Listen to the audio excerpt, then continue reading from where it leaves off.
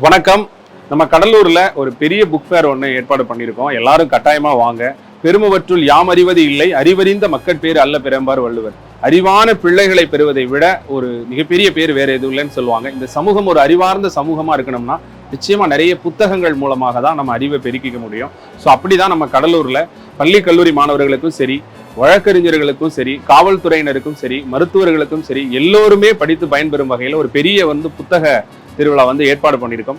அது மட்டும் இல்லாம உங்க குழந்தைங்களுக்காக திருக்குறள் போட்டி, கவிதை போட்டி, கட்டுரை போட்டி, கோழ போட்டி, இன்னும் நிறைய போட்டிகளும் ஏற்பாடு பண்ணியிருக்கோம். அதுவும் இல்லாம எழுத்தாளர்களுக்காக சொற்பொழிவு நிகழ்ச்சிகள் மாலை பொழுதுல ஏற்பாடு பண்ணியிருக்கோம்.